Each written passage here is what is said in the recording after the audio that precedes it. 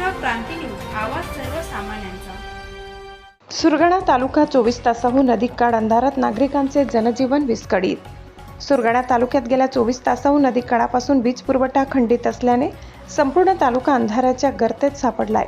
दुर्गम व आदिवासी भागातील नागरिकांना मोठ्या गैरसोयींचा सामना करावा लागत असून पाणी टंचाई, वन्यजीवांचा वाढता वावर आणि मोबाईल सेवा ठप्प झाल्याने जनजीवन विस्कळीत झाले आहे।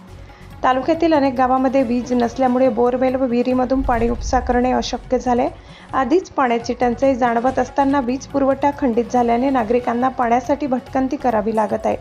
जंगलव्याप्त भागात वन्यजीवांच्या पाणवट्यांवर नागरिकांना पाणी मिळवण्यासाठी जावे लागत असल्याची परिस्थिती निर्माण झाली आहे।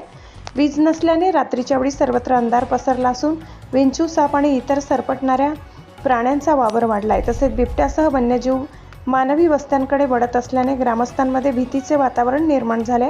रात्री घराबाहेर पडताना नागरिकांना जीव मुठीत धरून फिरावे लागत असल्याचे चित्र आहे।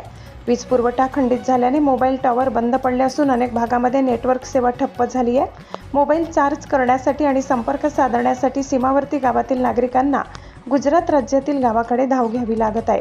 विद्यार्थ्यांनाही ऑनलाईन दाखले व प्रवेश प्रक्रियेसाठी आवश्यक कागद मिळविण्यात अडचणी येत असून सायबर कॅफेच्या फेऱ्या माराव्या लागत आहे। दुकानदारांनाही विजेअभावी थंड पाणी, इतर सुविधा उपलब्ध करून देणे कठीण झाले। उष्णतेच्या वाढत्या तीव्रतेमुळे नागरिकांचे हाल होत असून तातडीने वीज पुरवठा सुरळीत करण्याची मागणी जोर धरत आहे। माजी सैनिकांची तीव्र प्रतिक्रिया।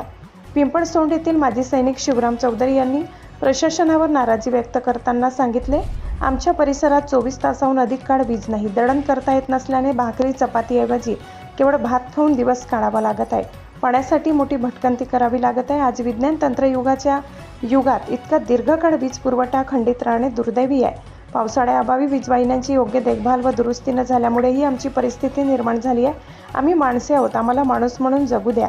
तालुक्यातील नागरिकांनी वीज वितरण विभागाने तातडीने दखल घेऊन वीज पुरवठा पूर्ववत करावा अशी जोरदार मागणी केली आहे। सध्या सुरगाणा तालुक्यात कधी फिटणार अंधाराचे धाडे असा सवाल सर्वसामान्य नागरिकांकडून उपस्थित केला जात आहे। महाराष्ट्र क्रांती न्यूजसाठी विभागीय संपादक रतन चौधरी, सुरगाणा। अशाच नवनवीन बातम्या पाहण्यासाठी आमच्या महाराष्ट्र क्रांती न्यूज या YouTube चॅनलला लाईक करा, सबस्क्राईब करा आणि बेल आयकॉनला प्रेस करा।